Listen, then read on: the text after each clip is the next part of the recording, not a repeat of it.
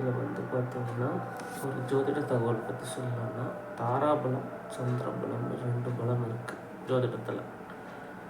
தாராபலம்னா என்னென்னா நட்சத்திர பலத்தையும், சந்திரபலம் பார்த்தீங்கன்னா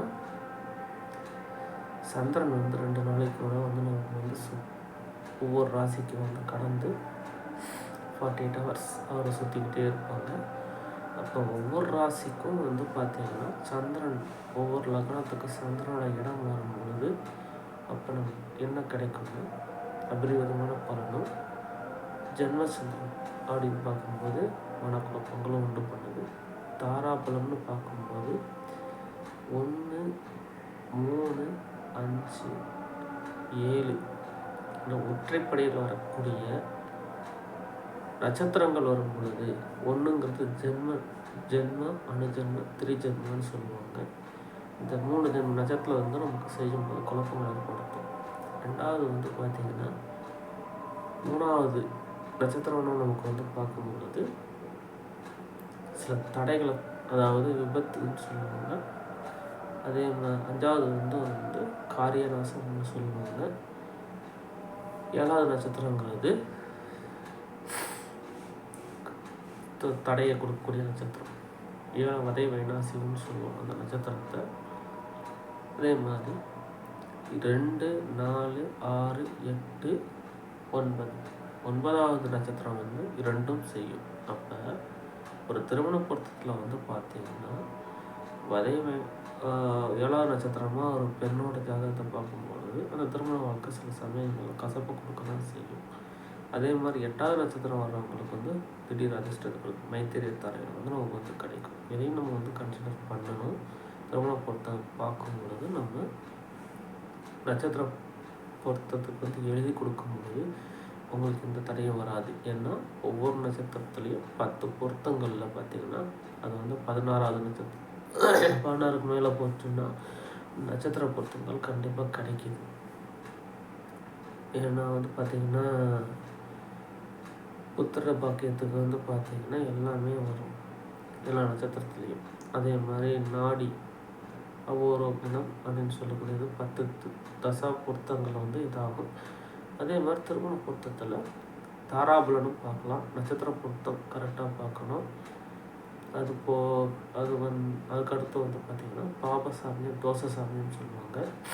ஏன்னா ஒரு மனிதனின் இயல்பை குறிக்கக்கூடிய லக்னம் 1, 2 குடும்பஸ்தானம், 4ங்கிறது சொத்து, 7, 8 இந்த கலஸ்திரஸ்தானம் மற்றும் ஆயுள் ஸ்தானம், பெண்ணுக்கு மகளிஸ்தானம். இதெல்லாம் சுத்தமாக இருக்கணும்.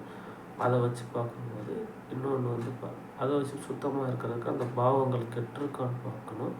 திருமண பொருத்தம் பார்க்கும்போது ஒவ்வொரு ஜோதிடரும் நோட் பண்ணும்போது, ஏன்னா 7, 8 தொடர்பு உடைய லக்னம்னு பார்த்திங்கன்னா கடக லக்னம் 7, 8 ஒரே அமைப்பாக இருக்கும். ஒரே கிரகமே 2மே இருக்கும். அவங்களுடைய திருமண வாழ்க்கை கொஞ்சம் முன்னுக்கு பின்புறமாக இருக்கும். அப்போ சமராசி இன்னொன்று பார்த்திங்கன்னா ஏக சமராசி. அதே மாதிரி சமசப்தம யோகத்தில் இருக்கக்கூடியவங்க நம்ம இது பண்ணலாம்.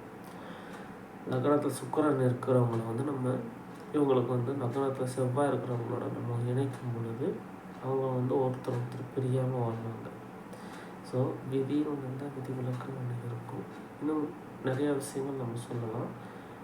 பாவசாமியம் தோசமயத்தில் பார்த்திங்கன்னா வரன் வது 2டைய சுக்கிரனுடைய அமைப்பு, அதே மாதிரி பார்த்திங்கன்னா கோச்சார கிரகங்களையும் நிலையும் நம்ம சொல்லி சுத்தமாக பார்க்கணும். இந்த விஷயங்கள் நம்ம பார்த்தோம்னா நமக்கு திருமண பந்தங்கள் பிரிவு ஏற்படாது. தாராபலனை வச்சு பார்த்திங்கன்னா முகூர்த்தம் குறித்து கொடுக்கலாம். இந்த மாதிரி முகூர்த்தம் குறித்து கொடுக்கலாம். இந்த நட்சத்திரத்தில் நல்ல காரியம் செய்யும்போது நமக்கு நன்மை கிட்டும்ன்றது நல்லது கிடைக்கும் அப்படின்னு நம்ம சொல்ல முடியும். அதே மாதிரி சந்திரபலனுடைய இது என்ன அப்படின்னா சந்திராஷ்டமம் இல்லாமல் இருக்கும். சந்திராஷ்டம நாள் பார்த்திங்கன்னா 2 நாள் வரும். அன்றைக்கி அந்த காரிய தடைகள் விலகும்.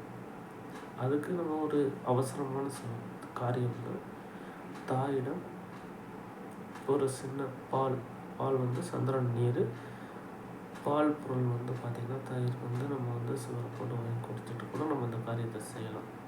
அது ஒன்று நம்ம வந்து சரியாக நம்ம செய்ய முடியும். அந்த காரிய வெற்றி கண்டிப்பாக கிடைக்கும். ஏன்னா சந்திரன் தாய். ஸோ அதே சந்திராஷ்டமிக்கு இதை நம்ம செய்யும்போது நல்ல பலன் கிடைக்கும் அப்படிங்கிறது கருத்து.